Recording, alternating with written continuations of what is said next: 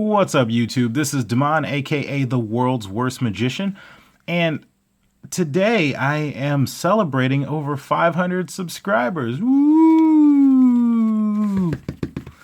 Sorry, that was a terrible celebration. I'll celebrate with a dribble. So yeah, I am shocked and amazed that I have gone over 500 subscribers in a very short period of time. I can't thank you all enough, and I appreciate you riding along with me during this crazy loco ride that I'm on. And yeah, the feedback has been great. So I thank you all for your comments, whether positive or negative. They all help me grow and learn. And I thank you for sharing my channel and sharing my videos. I do see all that. And I believe I have replied to every single comment that has been left, other than my contest videos, because I feel like I'll be showing favoritism if I start replying, and then I may be leading you on like you're going to win because I'm replying. So I just +1 your comments. But I do take the time to +1 and reply to everything that I can as soon as I can. So for my 500 subscribers special, I wanted to give away a move that I believe I came up with. I don't know if somebody has something similar out there. If they do, please let me know and I will correct myself immediately. But I call this move top to bottom. So I'm going to show you just a quick demo of what it looks like. But I will give, before we get into that, a little history on it. Assad from 52 Cards, I'll leave a link in the description to his channel, showed the triple false cut. And then basically what I did is just manipulated that to be able to move a card.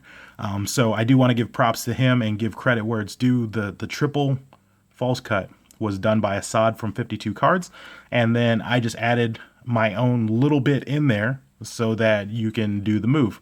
So yeah, I'll let you see what that looks like now.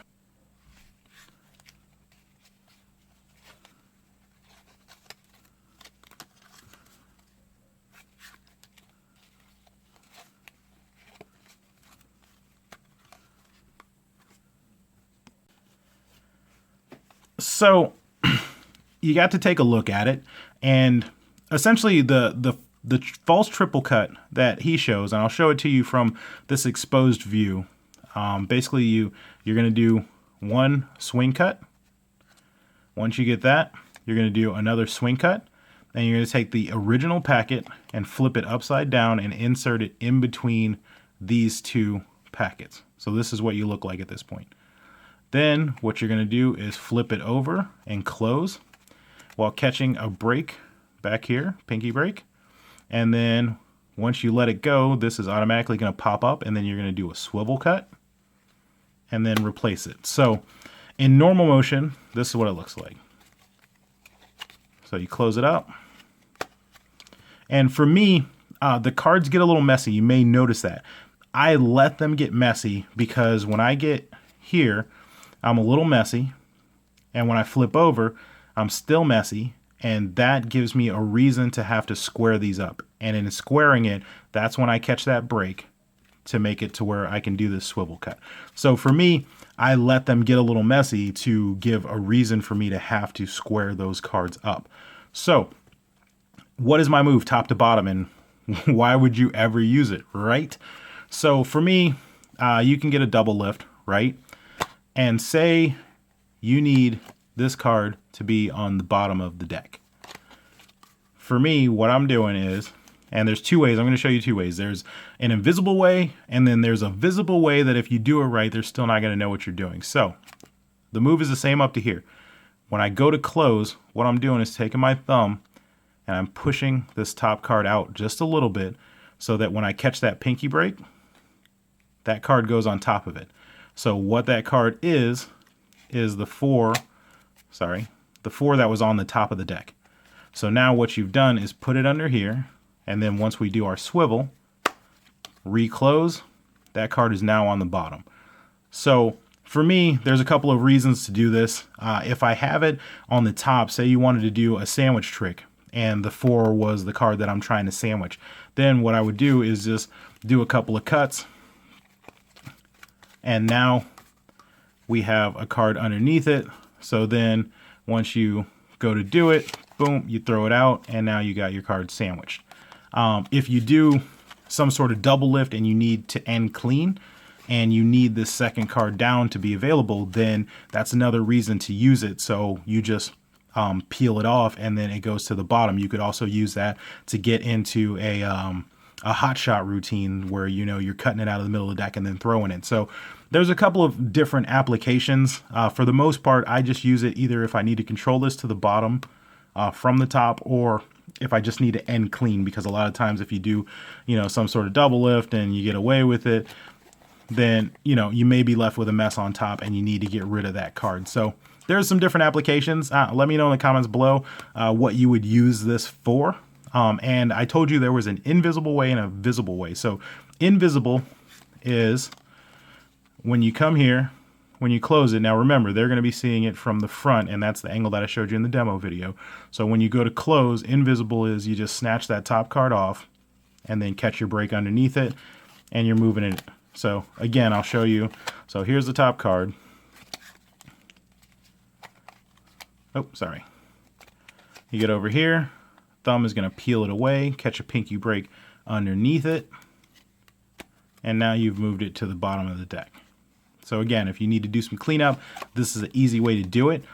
If you're not comfortable with doing it the invisible way of just peeling as you close, then the other way is to actually use your thumb and push it over. So once you get here, and again, I keep it messy. I don't have a problem with messy. If you do, then get your precision on, but for me, I like it because I have to square. So when you get here and you're gonna close, what you do is take your other thumb and you're gonna push it. And I'm saying other because, you know, you might not be right hand dominant like I am. You might be using your left hand, but whatever the hand, when you have this packet, you're gonna use that thumb to push it over and catch the break underneath it.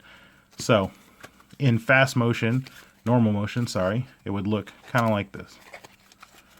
So again, if they're looking from this angle, they may see your thumb get over there. But as long as you do it, you know, smooth and don't draw attention to it, you're saying, okay, I'm just going to give these cards a little bit of a cut. You know, sorry, that got ugly at the end. But yeah, you can push it. So again, you're going to swing. When you get here, you're pushing over, right? Getting a pinky break underneath that card. So this is what it's going to look like from the bottom. Let's get back over here. And then from here, you're pushing and catching that pinky break. And then doing your swivel cut. So again, there is the invisible way of just dragging it with the bottom thumb here, pulling it and catching that pinky break. All right. Or you get here and just push it with your thumb. And what you want to do is, to make it the most discreet, if you're going to use this method, is push it from this corner here. So, because you only need a little bit, right?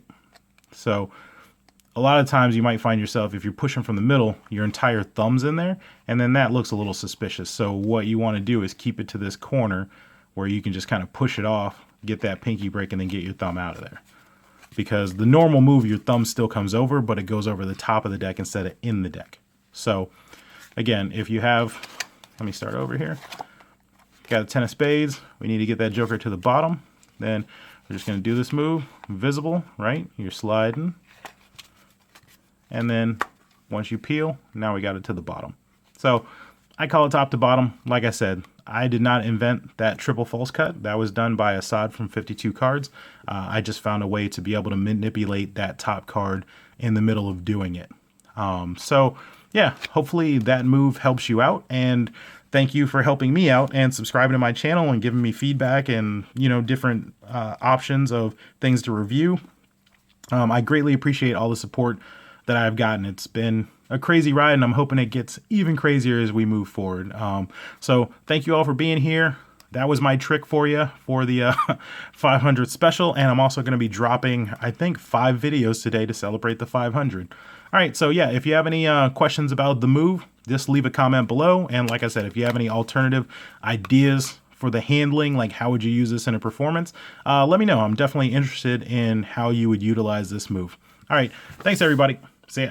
If you have any questions, magic tricks, or decks that you want to see reviewed, go ahead and leave a comment down below, and I will get back to you as soon as possible. As always, I would greatly appreciate it if you would click that like button and subscribe for any future reviews. All right, see ya.